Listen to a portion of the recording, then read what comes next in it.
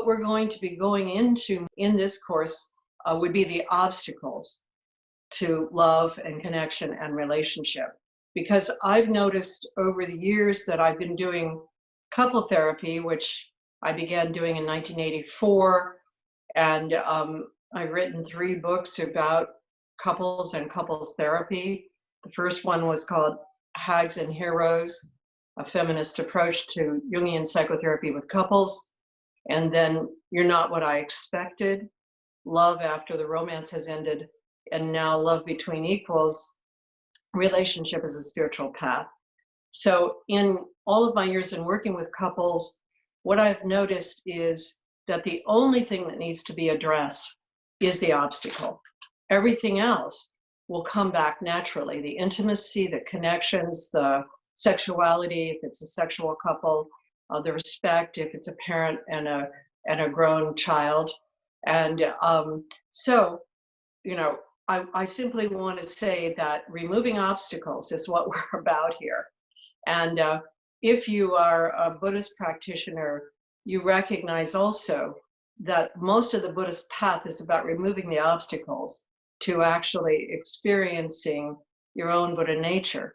So this isn't so different when we think about love between people.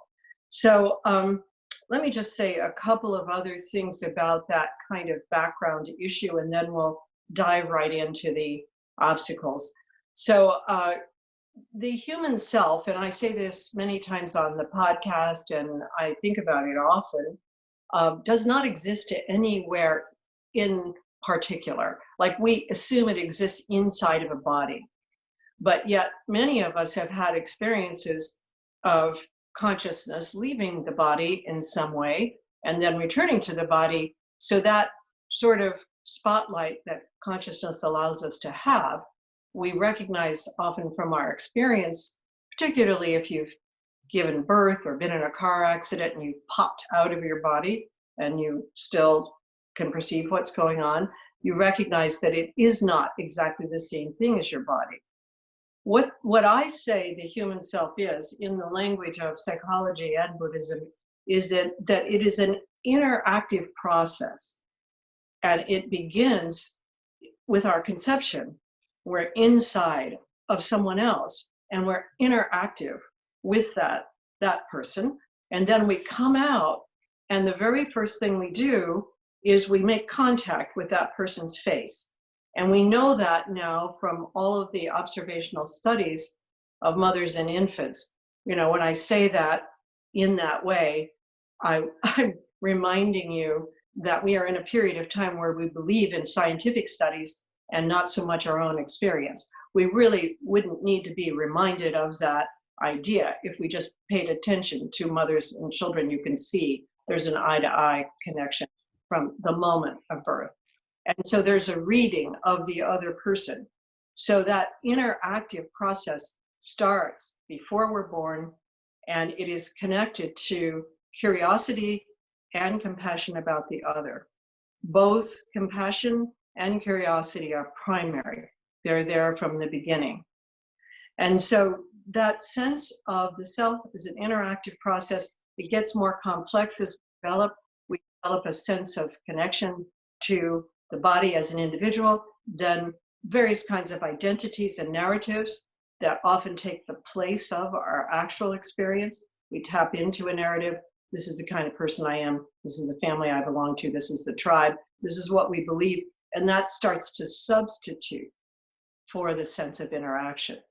And so we then have something that we will come to call a snow globe. We're kind of enclosed in a world of subjectivity. And we are so enclosed in that about, say, 45% to maybe even 85% of our perceptions are individual. We don't then share that common sense of being together. And so we have to check then about what someone else is experiencing. We don't automatically know. So arguably, the infant is in more contact because the infant doesn't have language, identity, a narrative, etc. There's a lot more I can say about this, but I simply want you to think about, as we go through this whole process, that yourself is an interactive process. It's not located just inside of you, and it's certainly not in your brain. That is not who you are. You are not a brain. And so we'll move on then, but I want to just put a few lines from a poem called Love by Czeslaw Milos. Many of you know this poem. You can look it up online. And the opening lines are, love means to learn to look at yourself the way one looks at distant things. For you are only one thing among many. So love means to learn to look at yourself the way one looks at distant things. And to me, what that means is that you have to get a sense of your own habits and your own desires and your own rigidities and your own snow globe, because first and foremost, that's your responsibility. Is you are the person who is accompanying you around all of the time. And so it is up to you to find out who you are and become a friend to yourself so that you can work with yourself in any situation, and especially in a conflict or a reactive moment. And until you can do that, you actually cannot feel confident or safe, because unless you know how to be in contact with yourself, you have to depend on others to actually help you feel confident and safe. So I hope all this is sort of clear. As I said in my last class, I don't seem to be able to say anything very simple, because I don't think we have a clear understanding of who we are as human beings and Homo sapiens. And so it requires a lot of blah, blah to move us off of the point where we get stuck into a bigger framework about how to work with ourselves. So that's kind of the background to what we're going to be talking about. So I'm going to shift gears right now and talk a little bit more about the material that's going to be in this course. And I'll let you know that on my website are these 3 tiny little books, which are called volumes, and they are on Real Dialogue, and download them for $4.95. And it would be a good idea, if you're going to be in the whole course, to do that, because I'll be referring to these. We'll be putting them up on the screen, and they're very helpful to get a background on what we're going to be talking about. So in this human world, we as Homo sapiens have a strong tendency to create enemies. And if you haven't read the book Sapiens by Yuval Harari, you should read it if you have time and you can carry around a heavy book, or you should get it on Kindle or something so you don't have to read it in its heavy form. The thing that he shows is the history of Homo sapiens on Earth, and the thing that is so remarkable is that we have been at war from even when we were in the hunter-gatherer groups. We've been able to kill massive numbers of our own species and other species from our beginning by kind of herding other beings into crevices where they'd fall in large numbers. So our particular species is very violent, and it's very also basically motivated to see what's wrong and what's missing. You might notice that in your own experience, that when you remember your day, your afternoon, and when you think about even a very fun experience, you tend to remember what was missing and what didn't work more than what worked. And also, you'll tend to notice in your relationships what you don't like rather than what you like. And you'll tend to notice in yourself when you wake up in the morning what hurts or what doesn't feel good. When you look in the mirror, you'll notice what you don't like, et cetera, et cetera. That is not specific to you as an individual. Human beings have more negative emotions, that is, negative motivators, contractive, than we do have expansive motivators. That's just the way we're hardwired. That's a design feature, it's not a bug. And because of that, negative motivation, we then notice things that are going wrong more than what's going right. That tends to lead us to try to fix things, control things, and predict things pretty well. So we're really very good at dominating an environment for our own survival, looking around and seeing what we need pretty quickly. This is a mature, I'm going to say, grown-up human being, although even starting at birth, there are more negative than positive emotions in the human infant. And so we're kind of hardwired to protect ourselves, and we're hardwired to protect ourselves in our little individual bodies, and then in our families, our tribes, our nations, and societies. Consequently, it's been very difficult for us as a species to get along with each other. And if you can kind of hold this in mind, 95% of the time that Homo sapiens have been on Earth, they've been at war, and often in continuous war. So the chances of living in peace together are very small without a tremendous shift in our consciousness. And I think that the shift has to come from the point of view of our individual responsibility for handling conflict and polarization. And as we, as individuals, improve our skills and understand how much responsibility is involved in actually being nonviolent, as we understand that better, that it's not a natural state, I think we can join together better in doing everything, but especially in solving problems and in making decisions about our future on Earth. I mean, all of us at this particular moment with the COVID virus and staying at home and so on, we all hear a lot of opinions and advice from lots of different sources, and those sources tend to be in conflict. So I've heard lots of opinions and lots of advice about the virus itself. I read different epidemiologists, and I recognize that they don't agree. I've heard lots of opinions about 5G and other cellular technology in relation to human immunity, and those opinions and advice don't agree.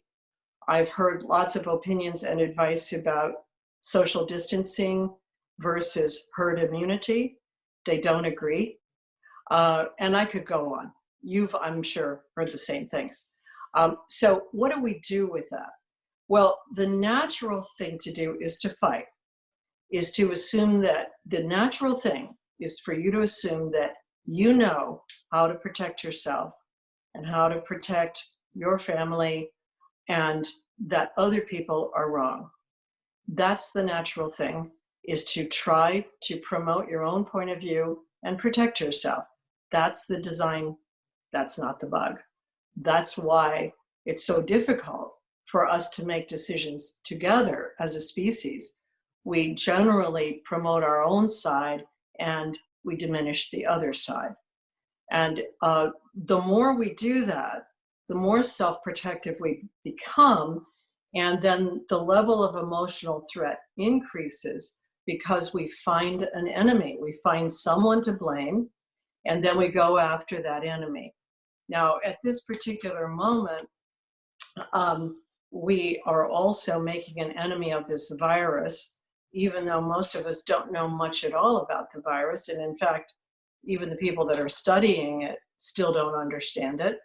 But to make the virus an enemy and to try to vanquish it, I hope we can see that that is the same mistake that we've made about terrorism, about cancer, about drugs. We've got the war on drugs, the war on terrorism, the war on cancer. None of those wars has worked out well. Let's not do a war on COVID-19. However, I know that the media are going in that direction. But it's like, again, this is the primary problem that we have as Homo sapiens, is that we want to make wars. And so we want to go after enemies because we assume that there is some way to vanquish the bad, to get rid of the bad. And, again, if you look at the history of our species on Earth, it's been about this most of the time. And that this part of our design does not go well. It always ends up with more confusion and more destruction. No other way to do it. So the reason that is, and again, I'm going to take a moment just to back away and look at the bigger picture. The world that we live in is a world of life and death. It's a world of good and bad. It's a world of control and surrender. You cannot choose one side and just fight against the other side, because that's not reality. From the moment we come in here, we're in life and death. And you notice that. I mean, I know in giving birth to my first child, who at birth weighed 10 pounds, 1.5 ounces, and then she gave birth to her first child who weighed 11 pounds, 1.5 ounces. And so we have some big babies in our family. But that first birth, which I did without any kind of drugs or anything, I was so close to dying that I didn't know if something was being born or something was dying. I mean, it was so back and forth. It was so clear that birth and death are together. And of course, moment to moment to moment, birth and death, life and death are bound together. So if you go after, you're going to get rid of the death side, or you're going to get rid of the bad side of life, or you're going to get rid of people who have a certain attitude, or you're going to get rid of Donald Trump and make the world better, or you're going to get rid of the postmodernists and make the world better, or you're going to get whatever it is you're going to get rid of. It's not going to work, because the world is both, and we are both. And all of us in our hearts have self-protection. All of us have aggression right in the center of us. And it's a matter of becoming conscious of that and working with that, because actually it's part of your species. It's like we're manifested here as this thing called a human being, which is different from the dog, different from the ant, different from the rock, different from the tree, etc. So that's the responsibility we have, is to work with that. So this world that we're in is an ambivalent world. And it's, as I mentioned in another class I taught, it's imperfect, it's impermanent, and largely impersonal. The causes and conditions that surround all of us, we don't control. What we are responsible for are our own actions, as much as we can be conscious of them, particularly the ones that we intentionally do, and the things that we say, because speech is very, very, very powerful. And as soon as you speak, even if you're speaking to yourself, your speech has a lot of effects. It creates a lot of other effects. And so when you say something, you also evoke something. You're not just expressing something. When you express emotion, even, if you laugh or you cry, you're also evoking from those around you something. So again, we don't control, but we still have responsibility. So we get confused about that too. We have the feeling like if I'm kind and if I'm generous, I should get good results. But no, the circumstances surrounding all of us are so complex that there's not an immediate outcome that you can see from your own actions. So that's like the 1,000-foot view on everything. But I'm going to come back now and talk a little bit more directly about our immediate relationships. So I'm going to ask Lori to put up something called the enemy-making factors. Our most useful enemies, the ones that we can organize all of our sense of something being wrong or being bad are the ones that are close at hand, because we can attempt to control them. And so we often find our enemies among the people that we're supposed to love. That is, our partners, our siblings, our parents, our children, our leaders, or our teachers. So let's spend a moment just kind of thinking about that. The kind of thing that most of us find most difficult is the kind of thing called family. Because family is a kind of hornet's nest of these enemy-making factors, because these are the people that have the most consequences for us when we make decisions together. Maybe we're stuck at home together. We have to decide, day by day how to satisfy each other's needs, desires, and so on. And so whether we're stuck at home or we're in ordinary life where we can come and go and be with strangers who are sort of a relief from family, you can find, if you think about your life, mostly you will find that the people that bother you the most, the people about whom you might have the most sort of negative feelings, are the people that are in your family. And in your family of origin, it seems like that was just a group of people you didn't select. As somebody said in therapy years ago, you got stuck in the elevator with them between the floors and you couldn't get out. So that group that you came in with, that original group, you came into the drama of a family at some particular moment, and you had a particular role in that family. It's generally speaking a very difficult situation for humans, the family life. I like to say it. We like to believe it would be a haven, but it's more like a hornet's nest, and that's because our most useful enemies are the ones closest at hand. And one more sort of statement about that, which is the remembering what a scapegoat is. And, the original scapegoat symbolically was an animal, often a goat, that once a year or periodically, the community loaded all of its sins, all of its difficulties onto that goat, and then chased the goat out of town or burned the goat or did something to eliminate all of the sins. So that goat carried away everything that was bad. And so in a family, the scapegoat is the family member who is blamed for the problems in the family. And if a family cannot handle its conflicts with respect, if individuals cannot talk about their different feelings and thoughts, if they can't work through their problems, they absolutely have to have a scapegoat. And that scapegoat will eventually also, over the long dependency of the human childhood, identify with the projections, with the things that are being said about them, and then begin to play out the dynamics, the very dynamics that make problems with the family.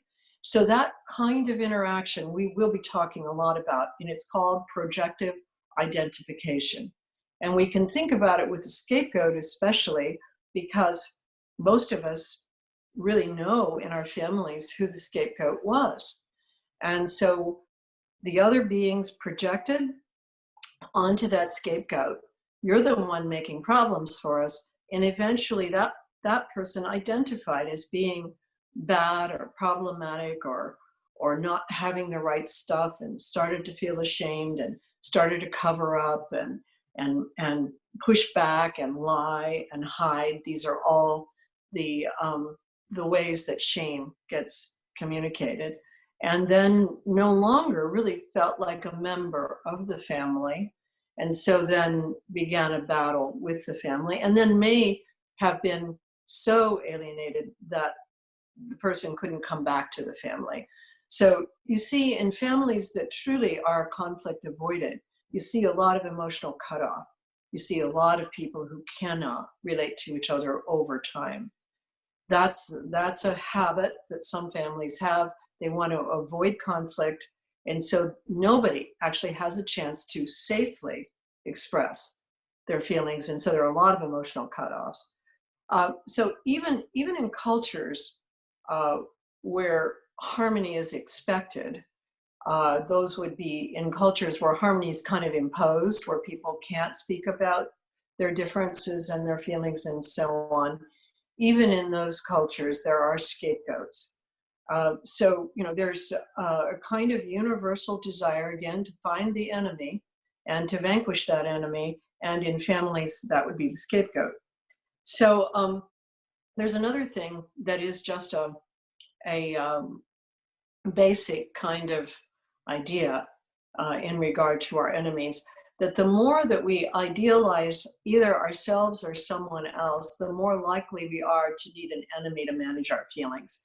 So again, since we're in a world where good and bad are together, if you think something or someone is perfect, then you're going to actually need some way to handle all of those negative emotions, all of those bad feelings. And so then you can find a Donald Trump to project them all into and manage your feelings so that your group looks more ideal because there's somebody who's really terrible out there. Again, I'm using Donald Trump because he is such a well-known figure for people downloading their negative emotions and their anxieties and their fears. So you'll find in this course that we'll be going into that I will return again and again to the idea that everybody is an ambivalent mix, what some people call a hot mess of the food fight of life. There really aren't perfect beings out there as long as you are in this world, in samsara. And that includes the Buddhist teachers and the various gurus and so on. Because as I said, these things, this self-protectiveness, the self-promotion, these are not bugs, they're part of the design, the Homo sapien. Another way to say it is that, from a Buddhist perspective, if you're in samsara, you ain't enlightened. As long as you're here, you're not. So that means that to follow the path of some kind of wisdom, you have to work with that in yourself and not project so much to the outside. So at this particular moment in families in North America, there are a lot of ideals for equality, reciprocity, and mutuality. And there's been a lot of change to gender identity and the way we want to be in families.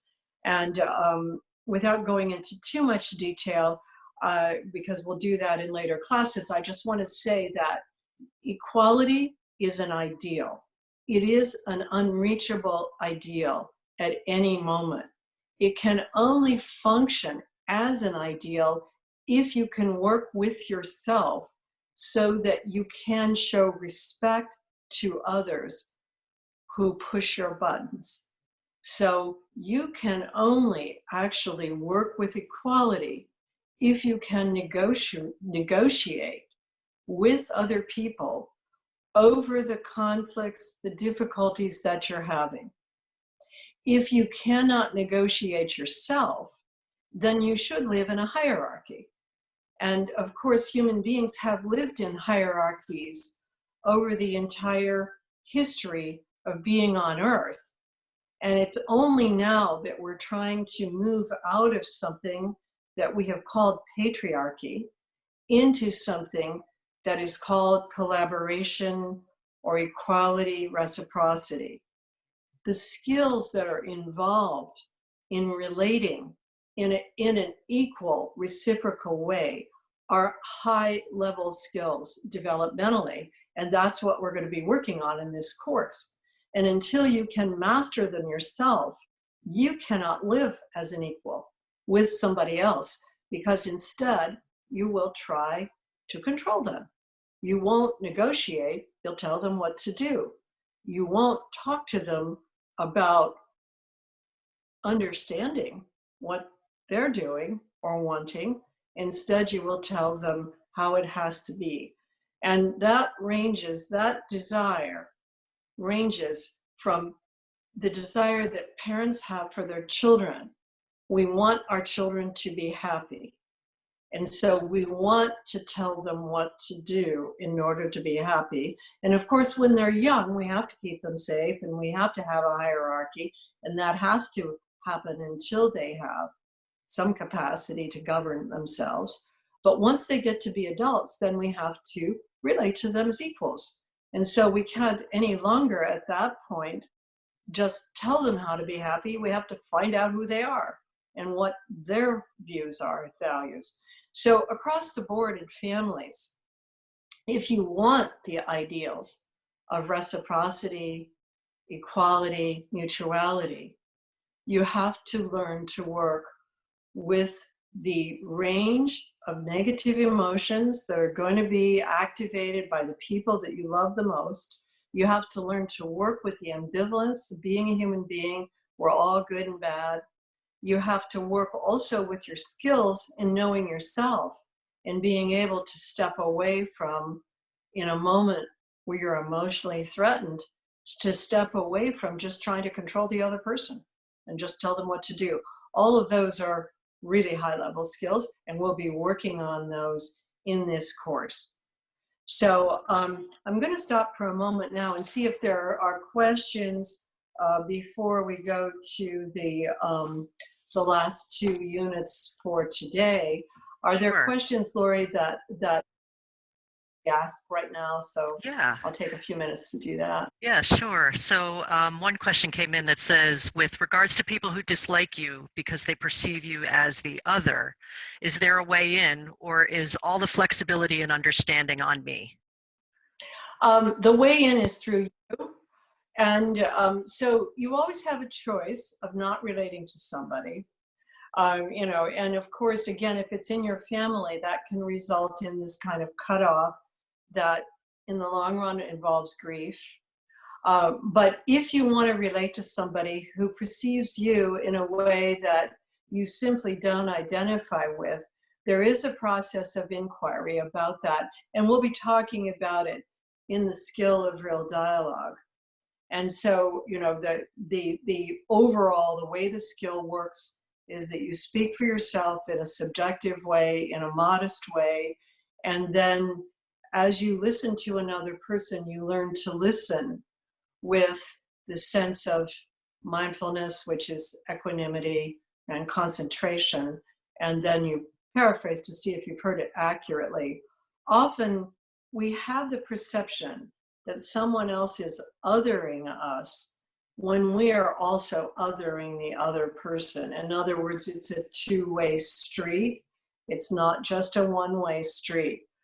But when we're emotionally activated, and especially in times of threat, the way that we perceive another person perceiving us has a lot of habitual stuff in it from our own snow globe, our own family of origin, and so on. So again, it's a process of pulling all of that apart. And the one thing that I can say at this moment, if someone else is othering you and you want to go on relating to that person, the very first thing is to lower the level of emotional threat between the two of you. And if you know some way of mindfulness yourself, then you have the responsibility to use that.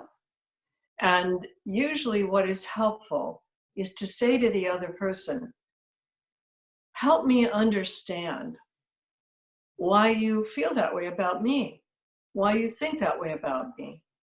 And then when that person tells you, try to step into that and paraphrase it. Not just say, I hear you saying ABC, but try to take a step in and say, okay, from your point of view, you have experienced me as interrupting you or cutting you off in what you're saying. So that there is even now a way of lowering emotional threat so that you can continue to communicate with someone who is othering you. And usually the first step is, help me understand your perceptions. Help me understand your way of seeing this. That's the curiosity. And I hope that makes sense. And we'll be talking about that in greater depth as we move along in the course. So something else, Lori? Is there another question? I think there is. Let's save that for the end. We can go back to the remainder of the slides, and then we can. And everybody should also know that you can send the questions through the chat, and I'll answer them by email if I don't answer them in the actual class. So let's put up the next slide, which is the assume slide. Well, actually, yeah, let's put up the assume slide. Yeah. Okay. So again, just getting, kind of getting your sea legs on this real dialogue stuff. Let's say that leaving the class today, you're going to assume that you are aggressive and you are self-protective, and that you have a limbic system, and you also have what we'll be calling an ego or an ego complex. And that means that you have, in the limbic system, you have strong reactivity, which is a fight-flight reactivity, and also you have a lot of emotional memory, which does not become conscious. It only gets assembled in the moments where you're threatened. So emotional memory is associated with the hippocampus in the limbic system, in the emotional brain, and the fight or flight is associated with the amygdala. Everybody's got that. Everybody's going to do the self-protection, the self-promotion, and the aggression. That is, passive aggression is leave the scene, remove yourself. Active aggression is to fight. Passive aggression also can be to freeze. Your ego is simply your sense of identity. That's the way that you think you are, the family you came from, the ideals you have, the opinions you have, particularly the ideals that you have, and what you think is the great way to do things, and so on. And you're going to defend that. And that's because, again, you're a human being, you're a Homo sapien. You will also want to find enemies in order to work with the conflicts in yourself. And you will want to find those in general among people that are close at hand. Someone that you're supposed to know and who's supposed to know you. That is a typical thing. In the course, again, I will talk about love and hate. That love and hate go together just like life and death go together. So the people that we tend to hate are people that we know personally. And again, this is, there's research on this. It's very hard to really hate a stranger. I mean, you can project things into a stranger and hate your projections, like, let's say, again, the Donald Trump projections. You can project into Donald Trump who Donald Trump is and then hate those. But most of the time, that's a little boring. And, what's much more interesting is to project it into your sibling, your parent, your partner. So because you feel hurt and disappointed in those people because they don't seem to know you or be interested in you, or they don't seem to treat you fairly, and so you can organize much more around them to be enemies because they have disappointed your love. So one of the main things about being able to work with conflict and to sustain relationships over time with respect is to be curious about what you're doing when you want to blame someone else or feel superior to someone else. Like at any given moment, why are you doing that? What's that getting you? What is the blame actually getting you as different from the curiosity, the interest, the help me understand attitude? And sometimes, sometimes for me as well, I can get into a pretty bad snit with somebody in my family and I just want to fight. I don't want to do the dialogue thing. I don't want to understand. And sometimes that's true. All of us go off the deep end. So you're not going to get perfect at this, but you can always come back to wanting to be curious and wanting to understand. So we're going to take these assumptions as assumptions for the course. We're going to assume that we're all aggressive, we're all self-protective, we all want to find enemies, and we all need to remain curious in times when we want to blame other people. So let's put up the last slide and then we'll kind of get to a point of summarizing. So this is a key thing that, again, you probably know, but it's a good idea to remember. So we come into life in a relationship. We come in as a couple. We do not come in solo. And because of that, and because of our long dependency, we need other eyes, not just our own, in order to develop. So we need others to develop ourselves. You cannot develop the skills, for example, of real dialogue. You really can't develop the skills of self-reflection by yourself. You can't develop solely through meditative practices without engaging in relationships to test your skills. Within your closest relationships, you'll find your greatest challenges. And you have to meet those challenges or try to meet them in order to test your skills in your capacity to love. Love, stands out as a kind of ideal for everyone, I think, and for all religions. But it requires a real skill if it's going to be practiced in an ongoing way. In other words, in order to love, you always have to return with interest to your beloved. You cannot become indifferent to your beloved. And so, in order to return with interest, you have to work with your tendency to blame. You have to work with your desire to find an enemy. You have to work with your misperceptions of self and other, your projections into someone in order to get free of the sense that you're bad or that you've done something wrong. And so, in order to really love, you do have to develop yourself. And in order to develop yourself, you have to be in relationship. When your limbic system is activated and you feel emotionally threatened because someone you love has hurt or harmed you or rejected you, that is the number one testing ground for your own skills. Can you remain committed, contained? Can you stay mindful of your own emotionally activated experience before you do or say something? Can you work within yourself in the presence of your beloved enemy? So we'll be talking about how we develop these skills. One way to look at this course is that it's bringing mindfulness directly into moments of emotional activation. A lot of people talk about mindfulness skills in relationship, about being able to work with, equanimity, concentration, get clarity of perception.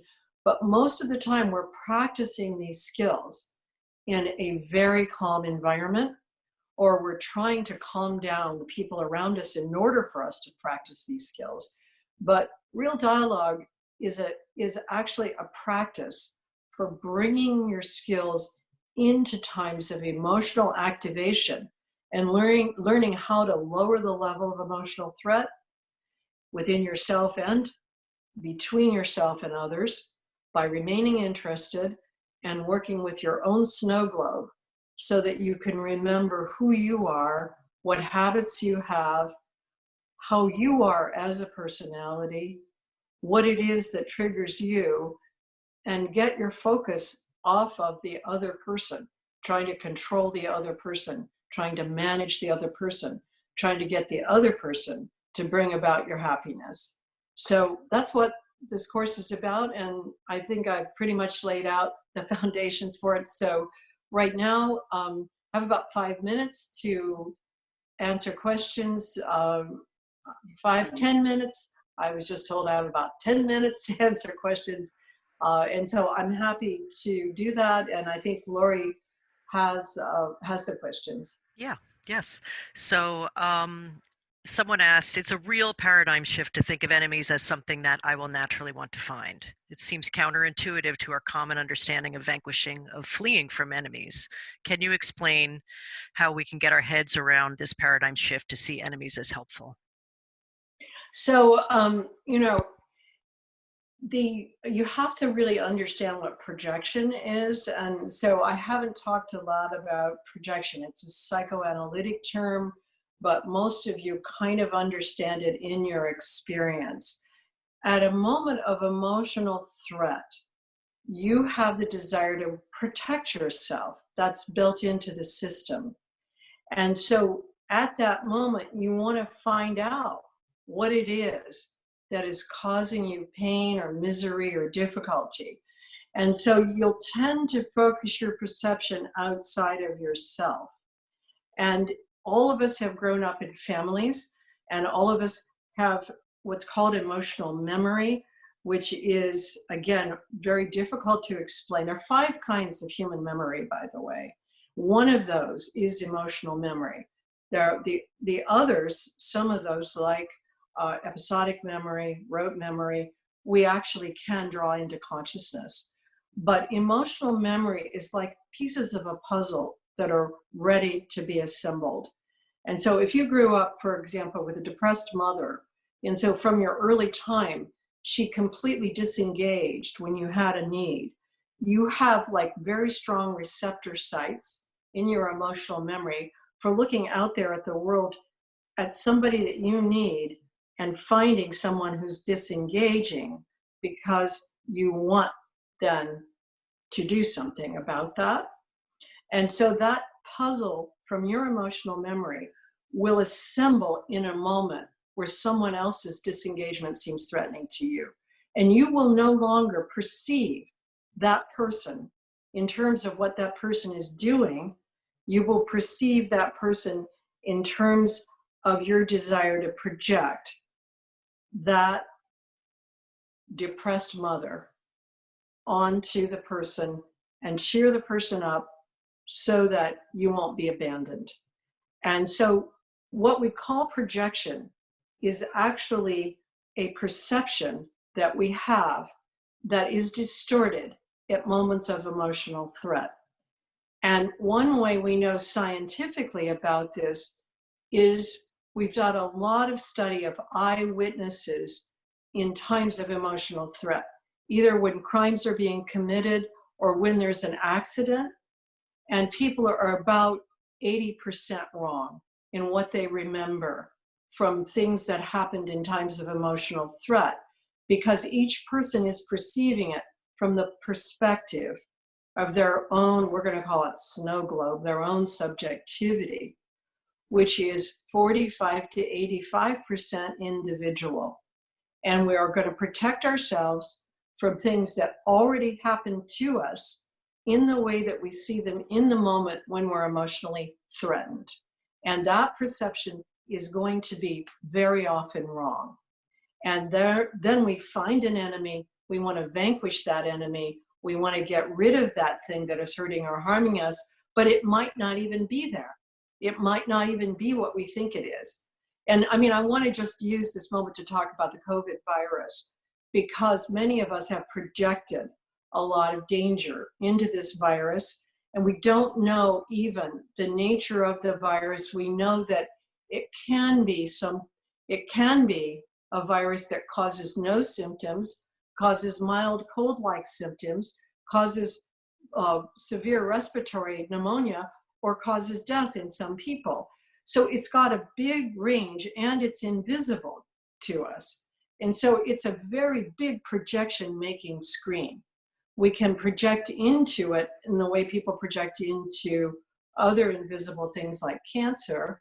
We can project into it a lot of destructiveness without knowing what it is. And I use that just as a simple example, but we're set up to find what it is that's dangerous to us between this limbic system that's right behind our eyes and this frontal cortex that wants to predict and control. We are set up almost like a machine that's looking out there for danger and for threat. And we are going to find something and nail it down. Now, we also have the capacity to back off from that and to say, wait a minute, am I perceiving this other person accurately? Or am I trying to find an enemy? So on one hand, yes, you could call it a paranoia. In psychoanalysis, this projective identification is a part of what's called the paranoid schizoid perceptual state. the paranoid schizoid perceptual state. We all have it. It's all a part of our normal development. But we could just move out the technical terms and remember that when you feel danger, let's say when you are confronted by a snake, you generally do not say, oh, is that a poisonous snake or not? You jump back because you're hardwired to see that snake as a danger, and you treat that snake as a danger. And similarly, you know, when you've grown up in your long dependency, like all of us have, on a human family, there were a lot of beings there that you momentarily experienced as snakes. And so you're going to jump back in a moment where you feel emotionally activated. So that's about as much as I can explain about that particular thing about the paranoia. It's, again, it's a design feature. It's not a bug. Some people go heavily into it, though, and we call them paranoid schizophrenics because we generally think that they're perceiving things differently from us. So another question? Yes, Or, sure. So this is going back to when we were talking about real dialogue. Someone is requesting that you repeat how you phrase the statement about help me understand how you experienced me as interrupting you. So I think they're talking about paraphrasing and that sort of thing. okay, so if you want to lower emotional threat level, when you're actually very activated yourself and the other person seems also to be activated, one way that you can begin to do that, if you can, is to speak more slowly and to say to the other person, you have to be able to say this with some genuine interest, though, or it sounds just rhetorical. You have to say to the other person, help me understand what you're seeing, how you're perceiving me right now. Help me understand what you're perceiving. What is it that I've said or done, in your view, that leads to you feeling this way about me or seeing me this way? And then once they've said that, even if it seems deeply insulting to you, and it activates all of your desires for revenge or self-protection, if you can actually keep your receptor sites open, then you can paraphrase it and say, so what you're saying is that you perceived me as interrupting you all the time, or you perceived me as interrupting you in the last 10 minutes and not listening to what you were saying. And as a result, you feel, angry or irritated or frustrated with me. Did I get that right? And then check out with the other person. And if they say, no, that's not right, that's not what I was saying, then you go through that process again. Okay, so help me understand. And so until the other person says, yep, you got it. At that point, at the point that the other person affirms that you have actually listened when you were emotionally threatened, you can be sure, number one, you've used your mindfulness skills. And number two, you can also feel a kind of palpable relief. Both people will feel that relief. And that's the relief of actually working with emotional threat without making an enemy at that moment. So I added this little bit at the end, but using even that phrase, help me understand, it's a big, good helper phrase.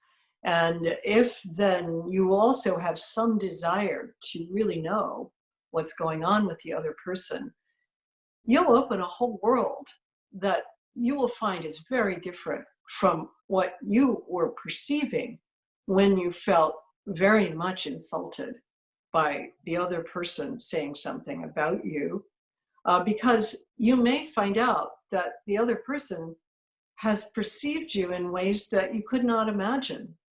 And then if you know that other person well, you may not take it so personally, because you might take it personally, it might be good feedback, Or also it might be that the other person, you know, had a mother or a father or somebody else that you know about, and you know how hard it is for that person to be interrupted.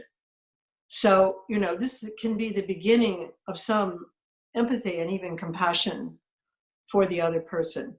So moving from emotional threat to the opening to the empathy or compassion is a wonderful journey, actually. And that's love.